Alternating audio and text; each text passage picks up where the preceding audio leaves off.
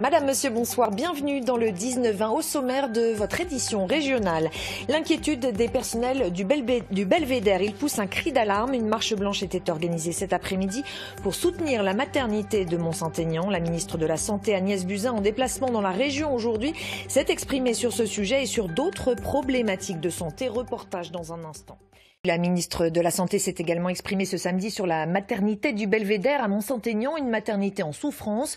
Une marche blanche était organisée par le personnel aujourd'hui, une sorte de cri d'alarme au moment où l'ARS préconise des suppressions de postes pour pallier les difficultés budgétaires de l'établissement. Reportage Grégory Alcalay avec Eric Proen-Sapina.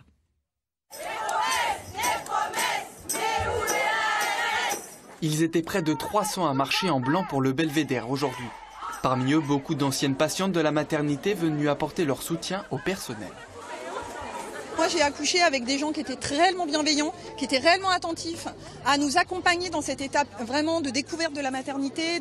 C'est quelque chose en tant que femme qui est une vraie révélation. Et on a eu ici un accueil qu'on ne trouve pas dans les autres établissements. Je suis née au Belvédère et ça a été visiblement pour ma maman une expérience extraordinaire. Et sûrement c'est pour ça que je suis devenue sage-femme. Au Belvédère, la maternité représente 90% des soins, une activité qui rapporte peu, 3 600 € par acte. Le plateau de chirurgie inauguré en 2017 a lui coûté 11 millions d'euros, payé à moitié par l'Agence régionale de santé. Un investissement pas encore rentabilisé, mais l'ARS préconisera déjà le licenciement de 21 sages-femmes sur 60 pour combler le déficit. Une erreur selon le personnel.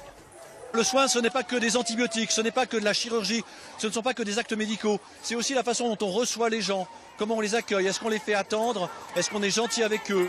La santé, certes, a un prix, mais ce prix est important pour accueillir toutes les patientes, les patients, les futures mamans. Le corps médical craint également à l'avenir une fusion avec le CHU de Rouen.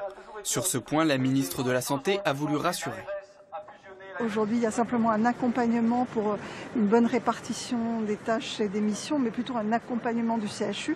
Le centre hospitalier du Belvédère restera ce qu'il est, c'est-à-dire un hôpital qui a toute sa place dans le territoire.